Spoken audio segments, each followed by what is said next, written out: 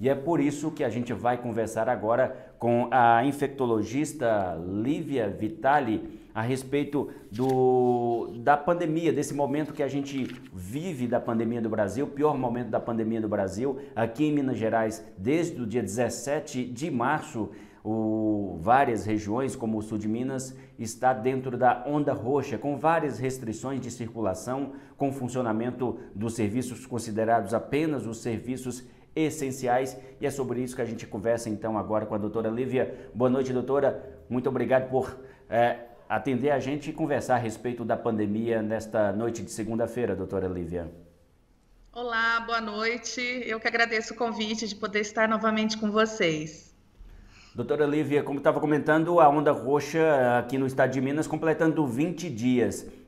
Segundo aí os protocolos do próprio governo, estima-se que 15 dias seria suficiente para já ter menores números de índice de contágio. A onda roxa foi esticada. E como é que está hoje, pelos números que a senhora tem acompanhado dia a dia? O índice de contaminação da Covid não deu trégua, doutora Lívia? Ele deu pouca trégua, né? O que a gente ainda tem visto são hospitais cheios, UTIs, né, com fila de espera. A gente sabe que até a pessoa agravar, né, ela demora aí em torno de 10, 15 dias, a pessoa ela tem o vírus e aí até chegar na fase mesmo, né, de inflamação e a fase mais crítica da doença pode levar algum tempo. Primeiro, eu acho que eu quero esclarecer que eu estou falando como médica, né, como infectologista, então o que a gente quer é que o vírus não circule. Óbvio que existem pessoas que, claro, precisam continuar trabalhando por conta do seu sustento, né? Então, a minha opinião aqui, eu não vou entrar nessa questão econômica, porque a gente sabe que o país é um país, assim, muito desigual, né? A gente não vê muitas políticas públicas de incentivo aos pequenos empresários, aos pequenos comerciantes, as pessoas que lutam mesmo, né? Não existe crédito, assim, a gente vê que não está tendo muita facilitação, né, para essas pessoas e também as pessoas que estão na informalidade. Mas eu falando como infectologista, eu falo que, assim, essa onda roxa, ainda bem que ela aconteceu, porque senão a situação com certeza estaria pior, mas o que a gente percebe é que ela não tirou as pessoas totalmente de circulação, né? A gente vê aí que nós estamos na faixa de 40%, 50% de taxa de isolamento, isso é muito pouco. Por isso que ela teve que se arrastar durante mais essa semana e talvez até mais tempo, porque o que a gente tem visto é que os casos continuam, né? Eu até brinco, lá no hospital a gente dá alta para 6, interna 12. É assim, é uma progressão, né? Então a gente tem visto isso. Então eu ainda acho que a gente não teve ainda. Vamos dizer, um alívio, mas poderia estar pior do que está, né? Se isso é possível, então eu acredito que essa onda roxa, talvez em algumas regiões do estado, ela ainda permaneça durante um tempo. Doutora, só para ficar claro mesmo, é bem isso, né? Uma questão de conseguir ver alguma melhora é só mesmo num prazo mínimo de 15 dias, desde que haja esse isolamento maior, que no caso a senhora disse aí está em torno de 40%, que é pouco. Pois é pouco. A primeira região de Minas a entrar na onda roxa foi o Triângulo Mineiro, ali a região de Uberlândia, de Uberaba. E aí eles ficaram mais de 30 dias na onda roxa para poder começar a dar um respiro assim para as unidades de atendimento, principalmente os leitos de UTI. Então, pode ser que o Estado prorrogue um pouco mais, porque ainda nós estamos assim no sufoco na questão de ocupação de leitos aqui na região. A gente mostra agora umas imagens do que a gente fez no sábado em Pouso Alegre, de filas em supermercados, filas em lojas que vendem chocolate, aquelas pessoas que deixaram para a última hora para comprar ovos de Páscoa e acaba fazendo essas filas na rua. Dentro dos locais, pelo menos, não havia aquela aglomeração dentro dos estabelecimentos. Mas, doutora, é bem isso que a senhora está dizendo, nem essas filas poderiam acontecer, o isolamento teria que ser maior mesmo, né? Teria que ter pouca gente na rua de qualquer maneira, né? Ou quase ninguém mesmo. Exatamente. Qual que é o objetivo da onda roxa? É evitar a circulação de pessoas, porque quando as pessoas circulam, o vírus circula junto, né? Então, assim, é lamentável ver filas, né? Tudo bem, a gente entende que é Páscoa, mas esse ano nós estamos com certeza muito pior em situação, né, tanto econômica quanto na questão mesmo de infraestrutura dos leitos de UTI, dos leitos de enfermaria, né, e atendimento. Então, o que acontece? Essas pessoas não poderiam estar na rua, né? Uma outra questão, a liberação de cultos. Né? Isso aí é uma questão que eu acho que a gente tem que, né, colocar mesmo a mão na consciência, né? Será que é o momento? Porque a gente sabe que se a pessoa sai de casa e mesmo mantendo o distanciamento, pode ocorrer algum escape disso, né? Então não é a hora dessas pessoas saírem de casa se não for estritamente necessário. Então a gente pede, né? Acho que assim, os profissionais da área de saúde, os governantes, a gente está implorando, a gente não está mais pedindo, a gente está implorando. E tá difícil das pessoas entenderem, né? Então, esse fim de semana, essa tragédia aí dessa mãe, dessa filha, isso é uma tristeza, né?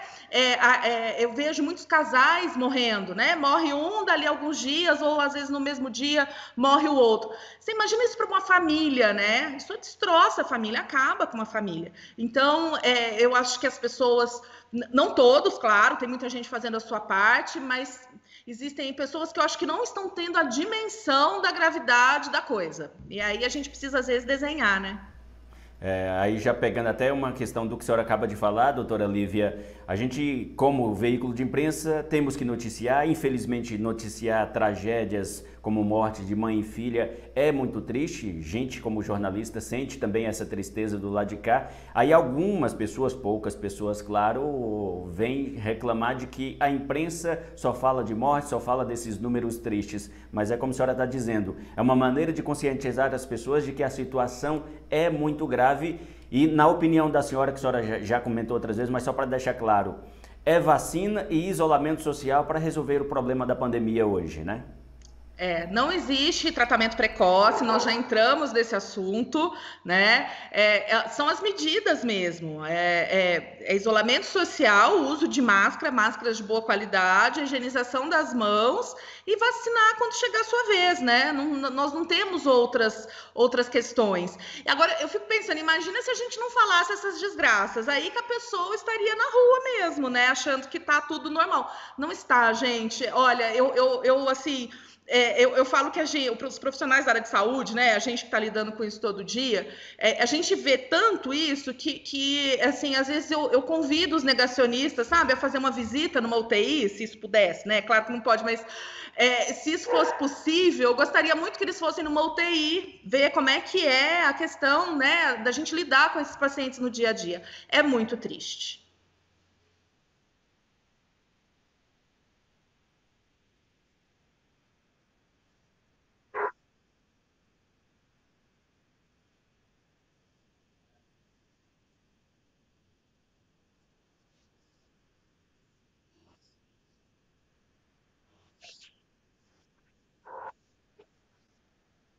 Ah, com certeza. A gente só não conseguiu identificar, né? Mas aonde estão fazendo essa identificação, já a cepa de Manaus, que é a P1, já é a variante, né? Já é a mais, a que está aparecendo mais, e ela tem algumas características, né? Como uma infectividade maior, então um maior número de pessoas são infectadas ao mesmo tempo, uma gravidade maior em pessoas mais jovens. Eu tenho paciente na UTI que eu trabalho de 34 anos que está entubado muito mal, muito grave, né? A gente não está vendo mais pacientes assim, com mais de 75 anos, que são aqueles que vacinaram primeiro, já deu tempo de fazer as 2 doses. Assim, tá mais raro da gente ver que não, que antes não, era a faixa etária que a gente pegava mais, né, em UTI. Agora, olha, tem paciente de 34, eu tenho paciente de 42, eu tenho paciente, assim, adultos, jovens, né, não são idosos. Então, é muito preocupante, porque realmente ela tem essa característica de ser mais agressiva. E a pergunta que eu ia fazer para a senhora agora, mas só para a gente continuar nesse assunto, é exatamente a vacinação. Já é possível perceber, a senhora que trabalha em hospitais, está diretamente ligada a esse combate à Covid-19, é possível perceber a menor internação e complicação dos idosos que já tomaram a segunda dose, esses acima de 75 anos? Sim, o que eu tenho a falar da vacinação é que o Brasil está um fiasco nisso, né? Apesar do número absoluto de doses ser um número, assim, vamos dizer, razoável, a porcentagem de população, acho que hoje talvez a gente chegue a 10% da população imunizada. Para a gente poder realmente, né, respirar mais aliviado, teriam que ser pelo menos 70% da população imunizada. E o Brasil, ele demorou demais, ele colocou todas as fichas num cesto só, né? Então, eu acho que, assim, estrutura, o SUS, a capilaridade do SUS para poder vacinar, isso a gente tem, a expertise, a rede pública na parte de vacinação, ela é muito boa, vide as campanhas, né, de gripe anualmente. Mas na questão da Covid, o negócio está emperrado, por conta de não ter vacina em número suficiente. Hoje, graças a Deus, chegou mais um quantitativo, né? E aí vai baixando a idade, mas sim, a gente já começou a perceber que as pessoas que estão internadas, as pessoas mais graves em UTI, são pacientes mais jovens. A gente já está começando a perceber. Aí, então, doutora Lívia, manter o distanciamento e esperar a vacina chegar. Enquanto a vacina não chega, distanciamento e uso de máscara e higienização. Sempre, sempre, em todas as situações. Muito obrigado. A gente conversou aí com a doutora Lívia Vitali, infectologista, direto de Poços de Caldas, conversando com a gente. Doutora Lívia, obrigado demais e a gente está sempre aqui aberto para conversar, viu? Eu que agradeço. Um abraço aí para os meus conterrâneos. Valeu, obrigado, doutora Lívia. Até mais, tchau. Até mais.